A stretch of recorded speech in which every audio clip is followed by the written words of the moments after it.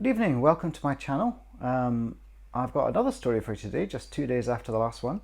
This is tale number 95, and this actually isn't based on 5 random words. What this is an extract from my forthcoming book, Running Coyote and Fallen Star, which will be released on the 1st of July. And it's a story called A Sign from Above, and it was actually written for a competition called NYC Midnight. What they do is they give you a object, a genre, and a setting, and then you have to come up with a story.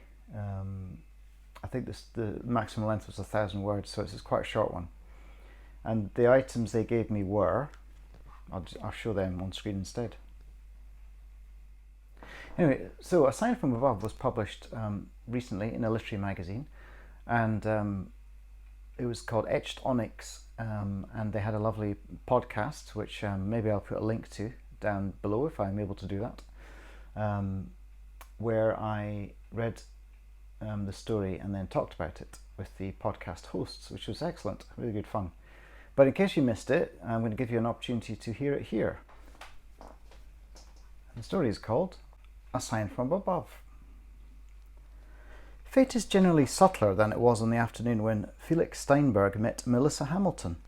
He was browsing in his favourite thrift store, a tiny place in downtown New York, whose wares spilled out into a weed-choked yard.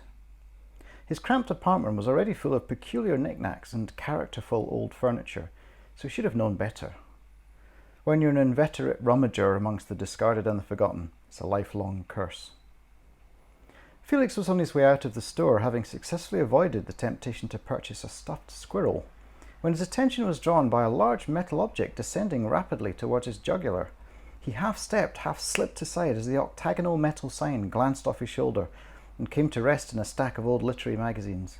Felix fell to his knees, looking up at a young woman on a ladder, arms outstretched before a suspiciously empty bit of wall. "Oh my God, I'm so sorry. Did I hurt you?" she said, climbing down to check her customer hadn't been bisected. She wore a pale dress dotted with violets and celandines, her oval face framed by a curtain of reddish-brown hair. A long pre-Raphaelite nose, Cupid's bow lips. Her face was practically an art history lesson, chiefly centering upon the romantics. "I'm Melissa. Can I help you up?" Felix stammered something as he rose, staring at a bright red stop sign that had nearly killed him with irony. He fought for a sensible reaction. "I slipped on these old McSweeney's just in time to foil your assassination attempt." Melissa laughed and added, Is there anything I can do for you?" What Felix said next was hugely uncharacteristic and seemed to escape from his lips without the usual filtration processes of sensible discourse. "You can buy me a coffee?" Remarkably, she said yes, closed up the shop, and they went on their first date, sitting outside a little Bleecker Street cafe in the amber haze of a July evening. Felix was conscious that he'd basically thrown on a random assortment of items in lieu of clothing that morning, and was overdue a shave and a haircut. But Melissa didn't seem to mind. She was funny, engaging, and well versed in music, art, architecture, science, political history, all the things that fascinated him. Within an hour, he was imagining yoking her name to his own, her life to his, their futures together. 12 years later, when they were both approaching their 40s, having lived in a Williamsburg apartment together for most of a decade, while he wrote his novels and she ran her ever-expanding empire of extraordinary curios, Felix began to wonder if it had all been a romantic construct. Was their marriage just a collision that his love of narrative had fashioned, a happenstance, a joke awaiting a punchline? They had wanted a family, but Felix was unable to provide the necessary elixir, as he put it. Now their relationship was falling apart in a series of increasingly rancorous arguments about everything and nothing. "You didn't hang the washing up," she said accusingly. "You didn't ask me to," he would reply. "I shouldn't have to ask," she would counter, imputing a degree of carelessness Felix considered a huge exaggeration. He had a lot on his mind. "Why am I never on your mind?" she asked, as anger gave way to tears.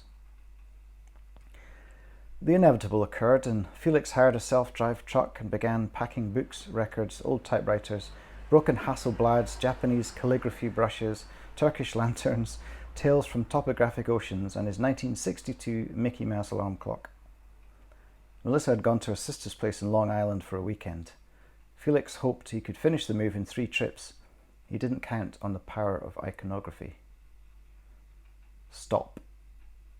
The sign, the only item of his left in place in their apartment, offered its stark rebuke. Felix looked up at the sign pugnaciously. "What?" he demanded. "You stop. It's a bit late to be smug now." He weighed up the pros and cons of taking the sign with him, a permanent reminder of a moment when hope had triumphed over reason and experience. "No," Felix concluded, "I'll leave it there." He'd already driven 2 loads of his possessions to Greenpoint, where he'd found another bijou apartment. This would be his last journey north and out of Melissa's life. Felix carried the last box downstairs and inserted it into the 3-dimensional Tetris game of his U-Haul truck. Then he'd trudged back upstairs to the 3rd floor to double-check he hadn't missed anything. Stop. There it was, reminding him of the moment when he'd first seen the woman who would absorb his 30s. Melissa would fill his days and sweeten his nights and obsess him like a puzzle he felt determined to solve. Was fixing this an impossible task? Felix sat down in what had been his favourite chair and stared at the red warning. For over an hour he sat, keys dangling from one finger, waiting for clarity, waiting for certainty, waiting for validation. "Oh, you're still here," said a voice. Melissa's half-hurt, half-surprised voice woke Felix from his slumber. "Oh, sorry, Mel," he said, standing awkwardly. "I fell asleep looking at that thing." He pointed at the sign. It scowled back. "Aren't you taking it?" she said. "If not, could you just toss it in the trash? It will make me cry." Felix looked at his wife as she placed her keys in the glass ornament by the door. They had found it together in a flea market in Hoboken. She seemed exhausted. Felix leaned up to unhook the sign from the wall. He put it under one arm, walked over to her and brushed his cheek against his wife's in farewell. "Is it really too late?" he asked, as she pulled away to check for insincerity. Melissa shook her head. Felix walked towards the door, as slowly as he could, waiting for the one word he wanted to hear above all others. Stop.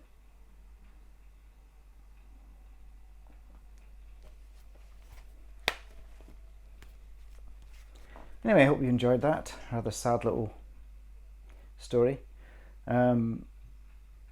Yeah, what can you do?